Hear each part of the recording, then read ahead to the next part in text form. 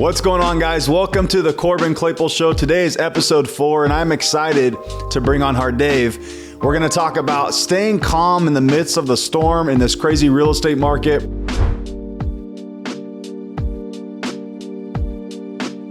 Har Dev is a yogi and a breathwork master, and somebody who's actually come over to my house and showed me how to do deep breathing exercises and stay relaxed and stay calm.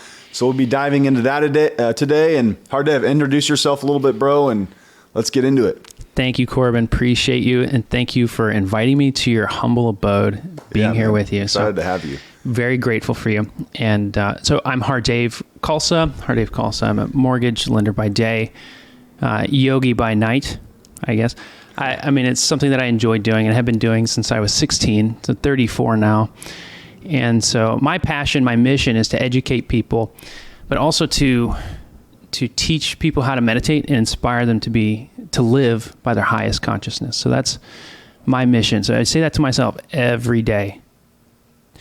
My mission is to dedicate and commit myself to the divine, infinite, within every heart and mind, and to teach people how to meditate. So that's like my prayer and my mission that I try to, my mantra. Right? I love it.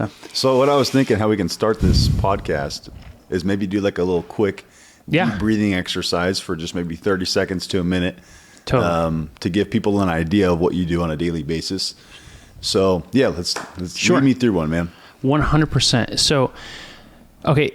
Issue with breath work is that you got to have a straight spine. And so you can do it like I'm kind of sitting right now. I'm kind of hunched over a little bit. So issue is that the respiratory systems right now, a lot of people are sitting a lot and we hunch over. So everybody in the room starting to straighten up a little bit. Yeah.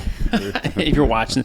So you want to sit straight and you want to allow your entire structure to just be straight and relaxed. And so every day what I do is long, slow, deep breathing. And I did this before coming over here, and I did this, and I have done this for about 1,000 days straight, 31 minutes per day, is an inhale very slow for about 20 seconds, hold for 20 seconds, and then exhale for 20 seconds. Now, you're probably not going to be able to do that right now. So you want to start at 3 seconds. Slow, hold for 3, then slowly exhale for 3. Okay. Now, you don't have to start, but just as a point of communication, this is called triangular breathing. Inhale for 3, hold for 3, exhale for 3. Triangular breathing expands the respiratory system. It creates calm in the blood chemistry. It creates the psycho, neuro, endo, immunological systems. All right. And you can feel it too. The reason I'm smiling is because you can feel it when you do it. You just feel super relaxed, like your body. You don't realize how much tension you're holding in your body until you do it. And then all of a sudden you're like, oh, that's how I'm supposed to feel, you know? And so do you think, I've kind of thought about this.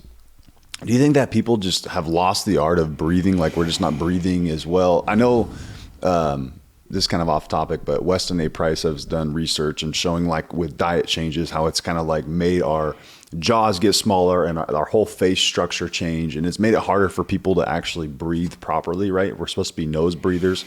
I think a lot of people these days are mouth breathers, and it makes it's true, man. It's true. I'm a mouth breather myself. I catch myself at night having to shut my mouth because my body just wants to breathe through my mouth. And I think mouth breathing, go into that a little bit. I think it kind of almost makes you more tense, right? Like when you breathe through your nose, you're getting better oxygen to your body. Explain that. 100%. And I think we listen to the same podcast. Yeah. So human evolution in the early Neanderthals, broader foreheads, broader nostrils, broader mouths, larger mouths. You look at modern humans now, our mouths are smaller, our noses are smaller, and our foreheads are shrunken a little bit. Mm-hmm. So just through the comment that you just made is an evolutionary thing that has happened to the human body through agriculture, through grinded wheat and sugar. Okay. Mm-hmm. That we grind things down so we don't need, and our meals are cooked. Okay. Right. So we don't need to chew as much. Okay. So we can take in just the concept of tenderizing food. This is huge. This is absolutely huge. And we don't even think about this. If you look at data from human population, there's this increase about 10,000 years ago. There's an increase in human population when we started tenderizing food. The reason is because before we started burning food, we could only chew the raw stuff. So we had to spend more time chewing less nutrients. And then when we started cooking food, we put more nutrients in at a lesser time period of the day. So we only have 24 hours to eat. When you start cooking food, then you can have 3 meals with all kinds of different nutrients in each meal because it's been cooked down and pre-digested. So as we started adding fire to the food, we spent less time eating or chewing and more time consuming different nutrients, which created what's called neurogenesis, which in the stomach, there are neurons in the stomach that created neuron growth in our brain, which created higher levels of thinking. The ability to sit here and say, oh, I thought about that. Oh, I feel like this. To recognize thought and consciousness. There's this huge boom in population when we started cooking food. More people, they started creating, organizing. We began to create culture, small towns, organizing. And look, now we have like this brick in our pocket and I can message someone like to China. Right. So I'm just communicating this to go to the very beginning to how we got here is that we have this incredible amount of neurogenesis in our frontal cortex and we're not getting enough air to the cortex. We're not getting enough air to the brain. So what happens is that we fall or we easily succumb to the emotions a lot more easier. It's easier to succumb to the anger. It's harder to overcome. The fact that we can sit around all day and make money is more doable. We can go sit in an office and keep our posture low and kind of cut off a lot of these airways to feed our brain. But for the most part, I do see that right now, breath is down here and money is up here. Right. And that's fine because we need it. But when we start prioritizing health more, then actually I think what I see is prosperity actually goes even more. Because I think the greatest investment that we can make is our health. Right. 100%. So I love that you bring that up because that's been something that I've been working on and talking to friends. I was talking to Jake before the podcast about one of my, David, David Keller. Yeah. Yeah. I want to bring him on the podcast. Hey, All right. Hey, what's up, David? Because David, he's on the opposite of me, right? He's a hard worker. He crushes it, but he really, enjoys like the finer things in life, like just hanging out with friends and being present. That's something that I've been struggling with, right? Is doing that. I just get so focused on my business and then I forget about everything else. And it's like my business, fitness, and my family. And that's something I'm realizing now is like, I just want to be more balanced and be more healthy overall. And even if it caused me to make less money, who cares at the end of the day? Because the things that matter are your family, the people around you, your friends. And I think to your point, your health, right? We have nothing without our health.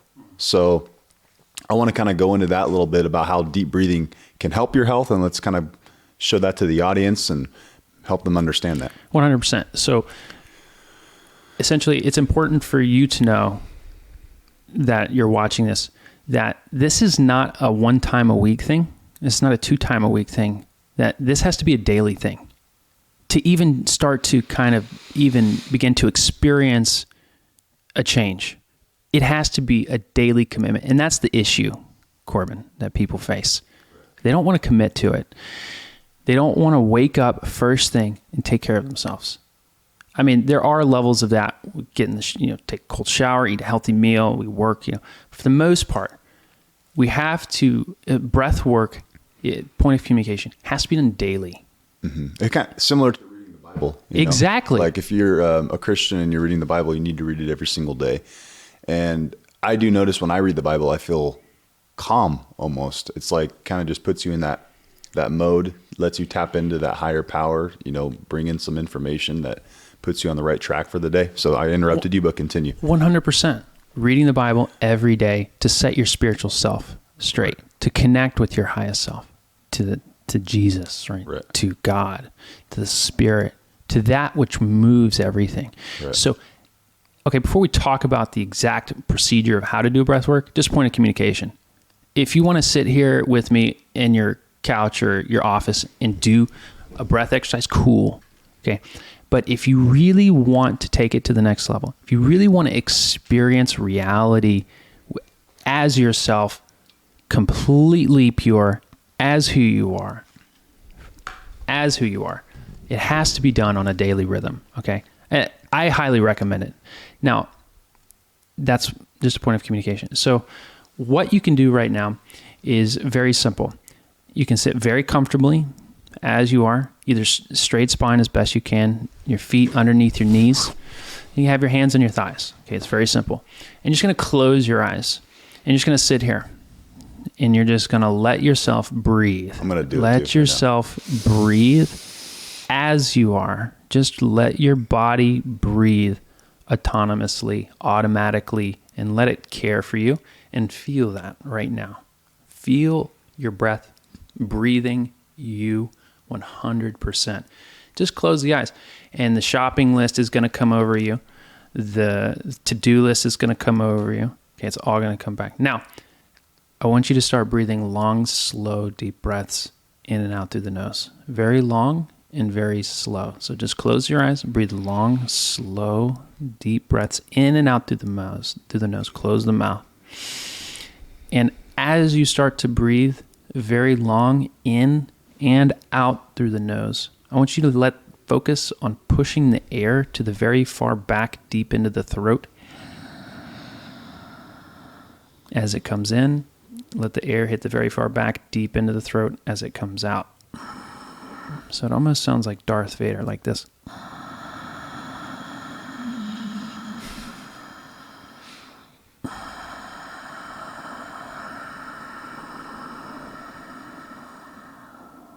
Couple more.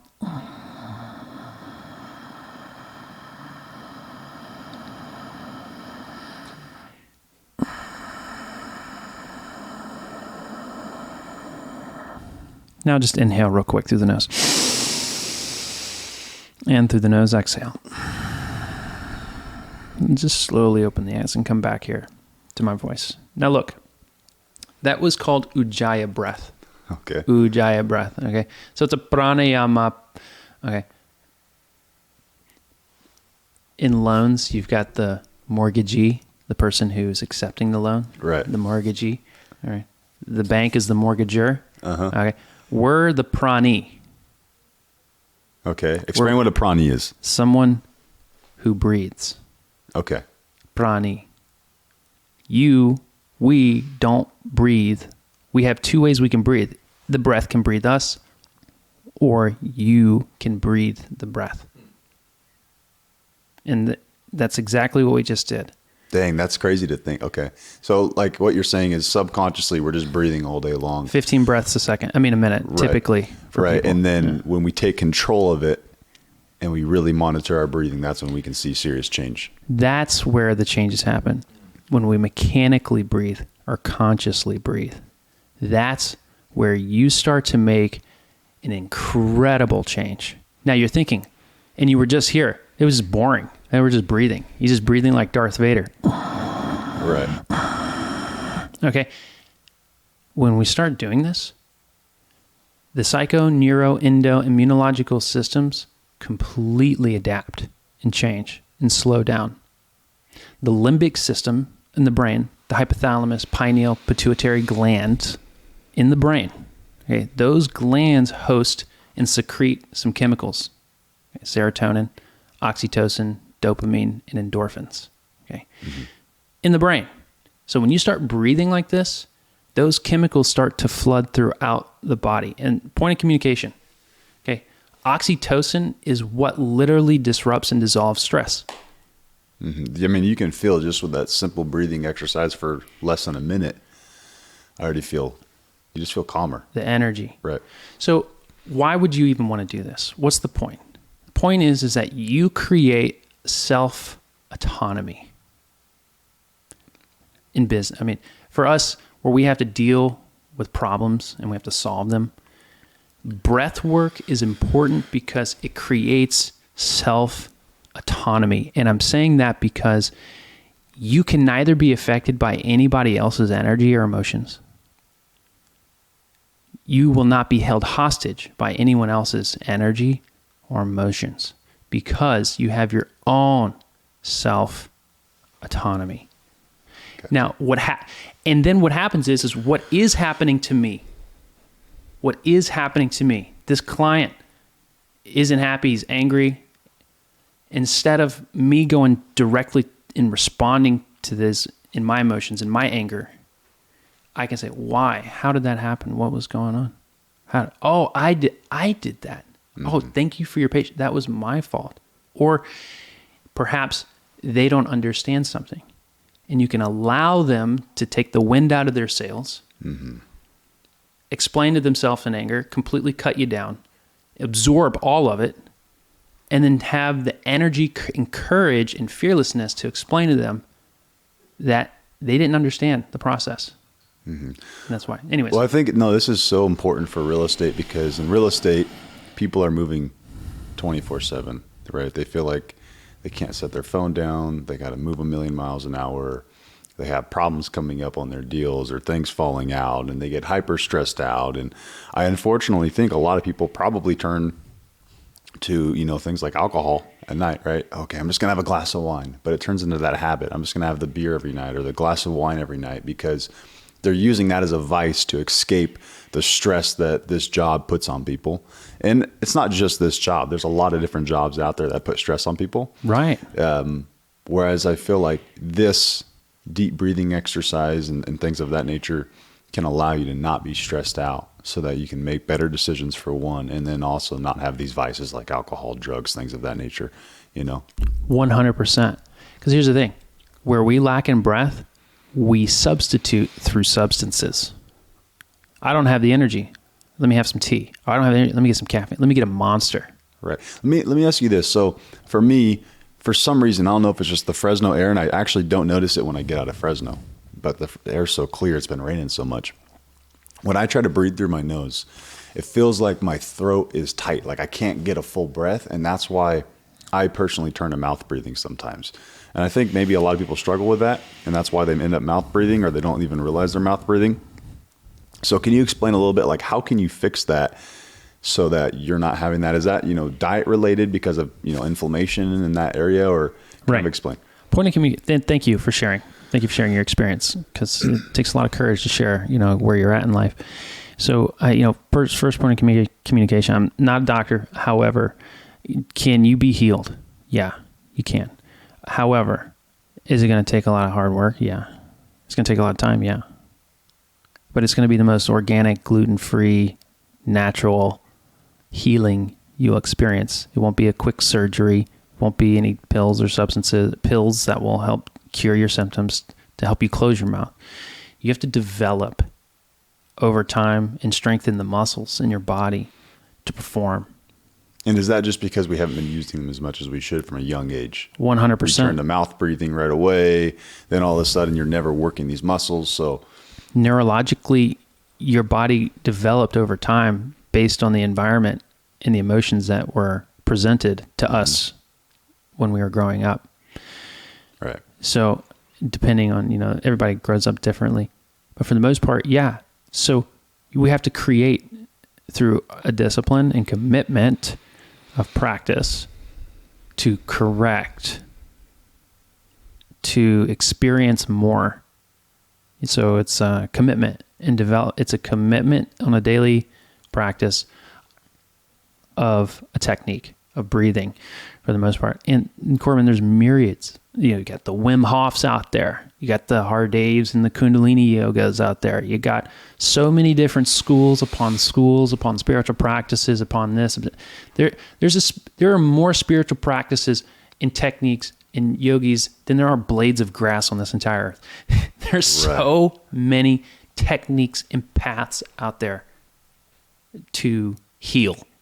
Right. But the cure is in your own self-discipline and commitment to do it every day. So what would you recommend to somebody just wanting to get into breath work? They're wanting to kind of slow down their life, calm down, stop being so frantic all the time. What would you recommend for them to start? Because I know you wake up super early, but for many people, setting that standard on them is just not going to be practical at first. Totally. Right? So what kind of, maybe they can shift into that? Yeah. Tell them, breaking that down. Like, what's a beginner way to start this? Yeah. What's worked for me was that it was in slow steps. It was a yoga class twice a week. And then that yoga class turned into my own daily practice every day. And then that daily practice turned into, I need to go live in a group of people who are doing this every day. And wow. So, okay, let's break into that a little bit. Yeah, go for it. So you lived in a group of people that were doing this. Did you move out of the States or? Yeah. Where'd you go? I moved to Boston to an ashram where they were meditating every day from 3:40 to 6:30 every day for 2.5 hours. And that's where I did my initial training there, got my certification there. And everything. So you would meditate straight for that long? We'd do yoga. Okay. And then chant for an hour. And then we'd meditate. Yeah. Wow. Yeah. I sit down, I'm like, okay, it's time to meditate today. Yeah. I get down all right, I'm done. Yeah. That's basically what happens. That's great. That's very good. That's basically what happens. So to do it for 2 hours straight, that takes loads of discipline. But I have noticed when I've meditated for 45 minutes, that's the longest I think I've done it before. Yeah. You start to get really deep and light. So everything stops, right? We're thinking 24/7, all these thoughts about our job and our family and this and that. Well, that's what it's for. And all of a sudden it just finally shuts up and you're like, whoa, this is crazy. Yeah, totally. So this is wonderful. We tithe 10% of our income. We tithe. We give 10% to our local, for us as Sikhs, gurdwara, right? Or the temple or the church. We tithe. So, that's kind of a basic thing. So I practice Sikhism. I'm a Sikh. So for us, it's you need to give 10%. That's us, right? And so when we think of, okay, we spend 10% of our money on tithing to the divine, right? But we don't even spend 10% of our time to ourself. 10% of 24 hours is 2.5 hours. So in the yogic measurement of self-care, being totally protected, unhindered by my emotions and anyone else's shit, is 2.5 hours. That's the calculation. That's why the yogis practice every day for 2.5 hours. It's a lot of time. 2.5 hours. Right. I'm kind of in the 90-minute range now. So you get up at 4 a.m. or so, and then that's the first thing you're doing is your breath work? I do yoga to warm up my body, to flex it, stretch it, and then I'm primed. My breath is primed to then sit and then go deep within my breath and expand. So the triangular breathing, I take it to about 30 seconds, inhale, 30 seconds, hold, 30 seconds, exhale. And I'm constantly working on that for about a half an hour after I do my yoga. And it comes out to be about 90 minutes. And then from time to time, when I have a little bit more free time, I'll kick it up. I'll extend my yoga practice and do a longer meditation. It's for about 2 hours or something like that. But point of communication, we have to spend time each day for ourselves.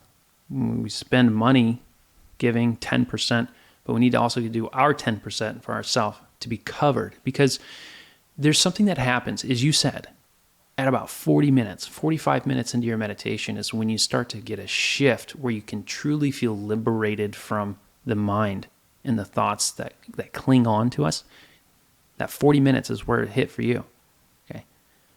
The next step is then You go in to meditate deeper, and you plant seeds of intention for what it is that you're doing. Not just for today, but the days to come. Okay. And what you're doing. So the more time you can meditate, the more you can really start to create creatively. Mm-hmm. I love it. Yeah. And I apologize. I interrupted you as far as the steps, like the first steps that somebody should take to start this practice. Okay. Give them like a basis of like when they should wake up. Just an idea. Totally. So if you've never done yoga before, or if you have done yoga before, what I recommend is going to a yoga studio. Okay. Base level, whether it's a hot yoga studio or if it's a regular non-heated yoga studio, it doesn't matter. Go. And go as often as your schedule will allow you. 1 time a week. Okay, cool. 2 times a week. Okay, kick it up. 3 times a week. Kick it up even more. And if you can't get to a yoga studio, then you need to go somewhere. You need to go be around people. You need to go be around people who are successful at what they're doing. And then that energy, you are in that energy and it rubs off on you. So that's what I did. I left Tennessee where there was barely any yoga, and I went to Boston where there was a community and took my practice to a next level and was surrounded by yogis doing it. For people though, that are in a city, a metropolitan area, go to a yoga studio at least 1 time a week, because you're going to be surrounded in a group setting. There's group energy will take the practice to the next level. And over time, as you commit to your once a week, twice a week, 3 times a week, going to this yoga studio, you're going to create experience and confidence in your practice that when you can't go to the yoga studio, you can just sit at home and do the same practice, the same stretches that you learned at the yoga studio, the same meditative practice at the yoga studio. So first, go to a yoga studio. And if you've never done yoga before, then do the beginner yoga. Okay. Mm-hmm. If you're agile, but you've never done yoga before, like you're flexible, you've been blessed to be, agile and flexible like yourself, go do an intermediate class, jump in there and just go practice. So that's what I recommend. I recommend going to a studio, getting in the energy because it's going to take you to the next level. And then as you go, you keep going, because commitment and discipline are the 2 main ingredients to this. Mm-hmm. Without that, you're just watching a reel on Instagram. See you later. Dude. Right. So discipline and commitment is the main thing. And why would anybody want to discipline and commit themselves to doing this? Right. Because health is our greatest asset. 100%. I don't know if I'm going to live to be 105 or even I'm 34. I don't know if I'm going to live to be 34 and a half. I have no idea. But I know that whatever breath I'm on right now, that I'm having the most fun on that breath. Right. The most prosperity, the most abundance, the most support, the most selflessness that I can be in this one breath. And I can't truly do that if I'm in my own way, if my thoughts are in my own way. Right. And so that is why we want to discipline ourselves and commit ourselves, because happiness is not something that is that we need to attain. Happiness just is. And it is, as a human, happiness is our birthright. Yeah, that's good. 100%. I love that, bro. Happiness is our birthright. And unhappy people, that's fine. That's cool. And I think that's also, talks a lot about in scripture in the Bible, just, being happy with what we have, being grateful with what we have, not always trying to make the next material item the thing that we're going after, right? That actually made me severely unhappy in 2021, because I had these big goals. Mm-hmm. I wanted to make this certain amount of income, and I did it. And nice. I got to there, and I was like... What was the number? It was 7 figures. Nice. Yeah, I was pumped about it, man. But I got there, and I was like, money's not going to make me happy. I realized that like immediately, like money is not going to make me happy like I thought it would. And it just made me kind of rethink things. And I went through like a 2 to 3 month period of time where I was just like, what am I even doing with my life? Do I even want to do mortgages? I actually thought that, like, do I even want to do this? Maybe I had to go do something else. And it was because I was so focused on the outcome. I was so like, that's all I could think about. that when I finally got there, I realized it was never about the outcome. It was about the daily process and steps that we put in. And so, wow. Yeah, dude, testament to that. Happiness is our birthright, and we should allow ourselves to be happy every day. 100%. And that's something I'm working on now, is like, don't be so over ambitious.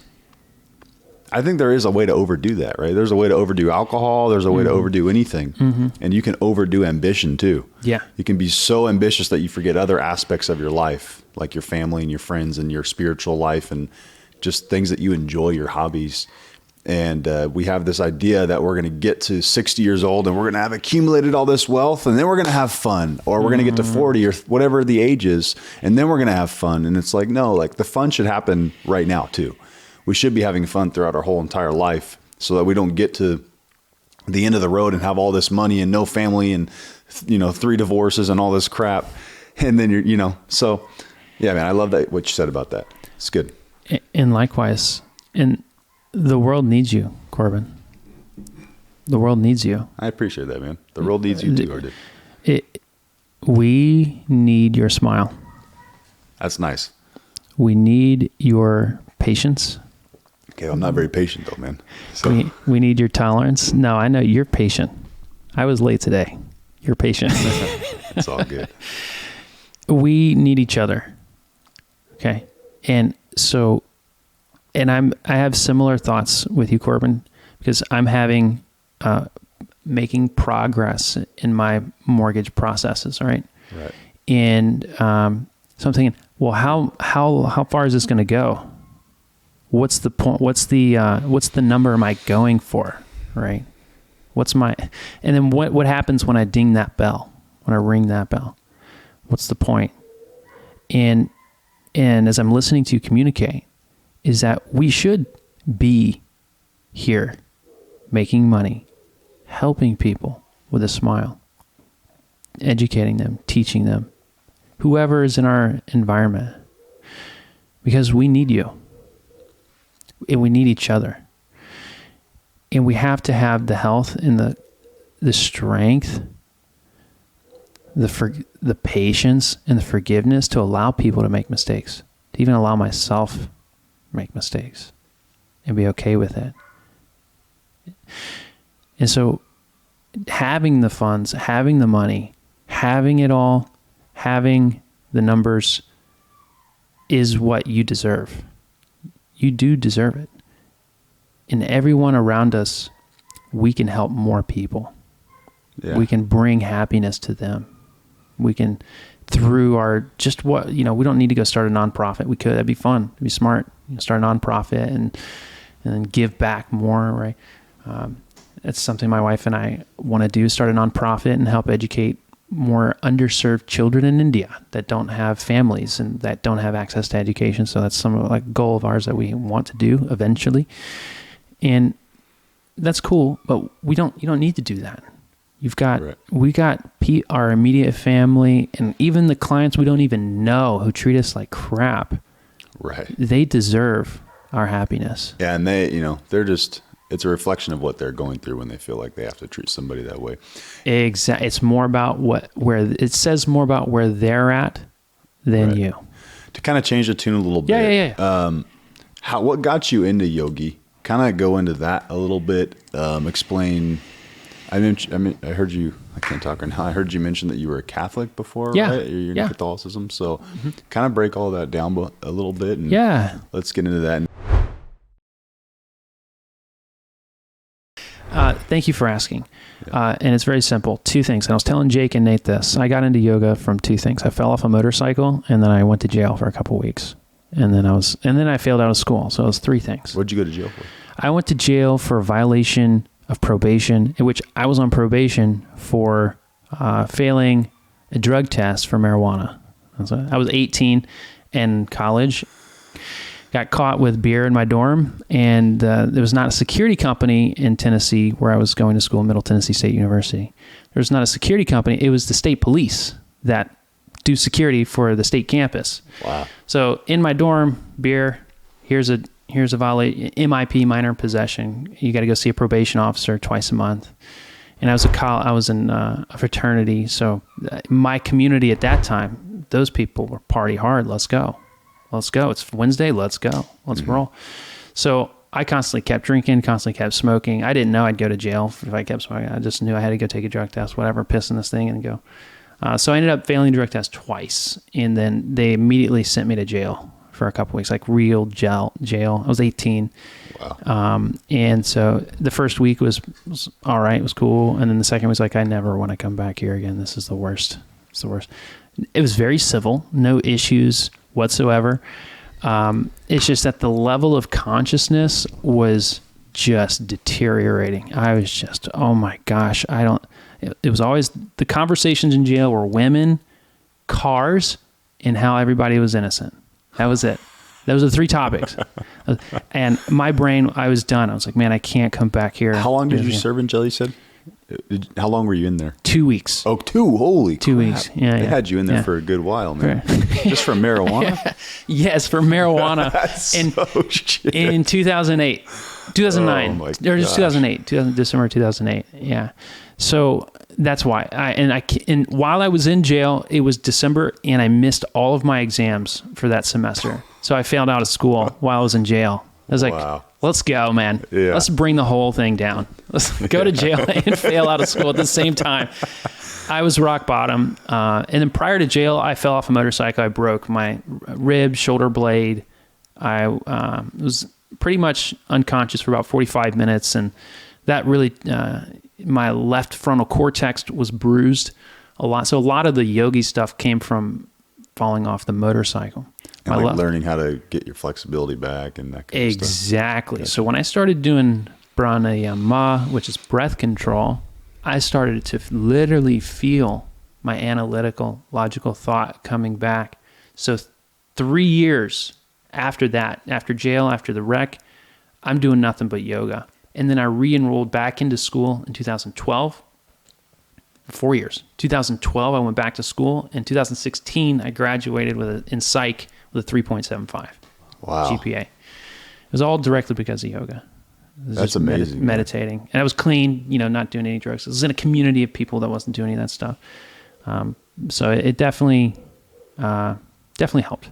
Gotcha. Sure. And then, so you just got into this. Was there any thing that's in Catholicism that's in Sikhism, correct? Yeah. That is similar or that you've brought in? Do you still have some beliefs in Catholicism that you believe in, or kind of tell me what that looks like? 100%. So it sounds like you want to know how Sikhism and Catholicism, I grew up Catholic, Roman Catholic, and now I'm a practicing Sikh.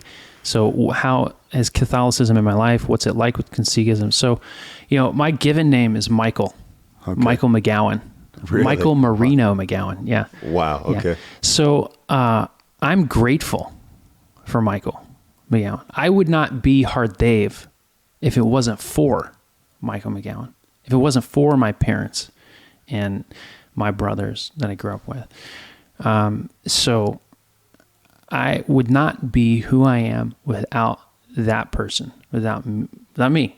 I wouldn't be that. So for that, I'm very grateful for it. Now, I actually, as I came back out of jail, I was in low, came out of jail, was at home, was not going back to school, and I was in my lowest point. So all right, I'm going to be as good as I know that I could be at that time as an 18-year-old. So for me, that meant being a good Catholic boy, good Catholic for the most part at that time. Right. So I loved going to church, and I would go to church as often as I could. And then there was a hot minute, 2 weeks, Jake, I promise you, it was 2 weeks. I was like, I'm going to be a priest. I'm going to do it. I'm just going to go, fuck it. I'm going for it. I want to do this. I want my heart to be totally expressed and filled with nothing but all things good. That was a solid 2 weeks.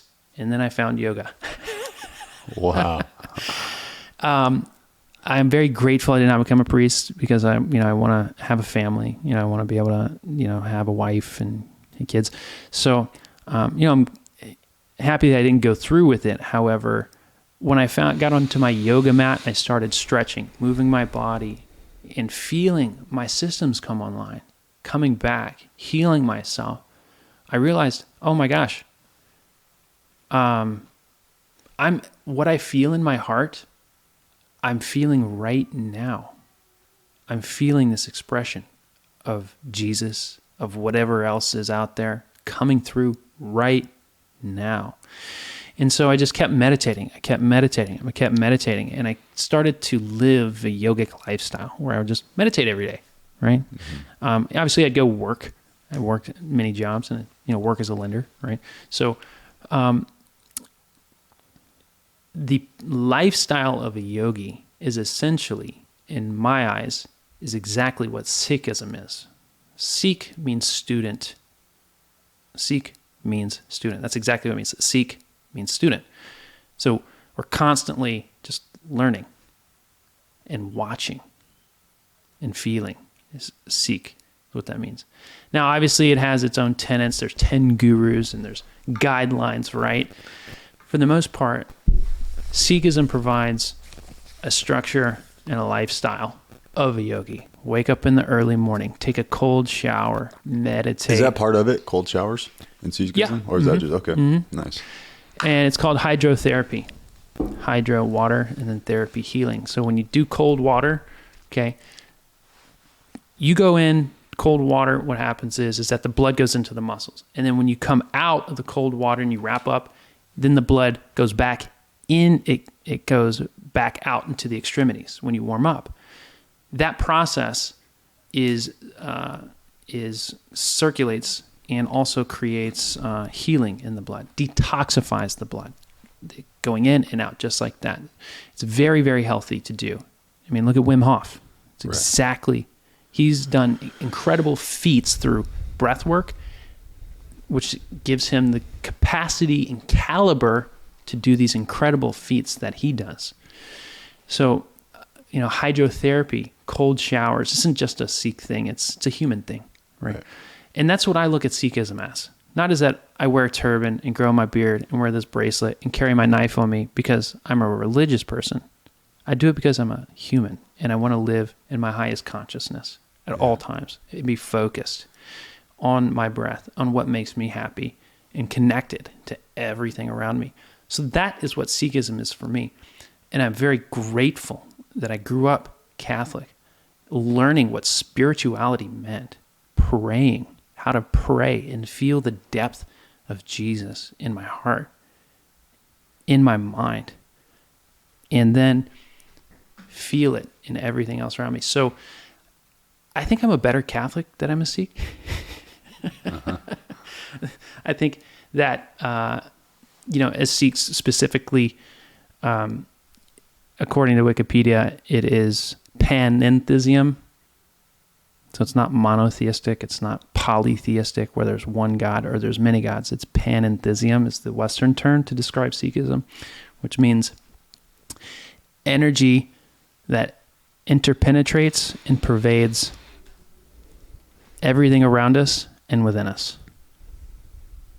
The divine or God interpenetrates and permeates everything around us and within us. So for Sikhs, Jesus is God. For Sikhs, Buddha is God. For Sikhs, Mary is the divine.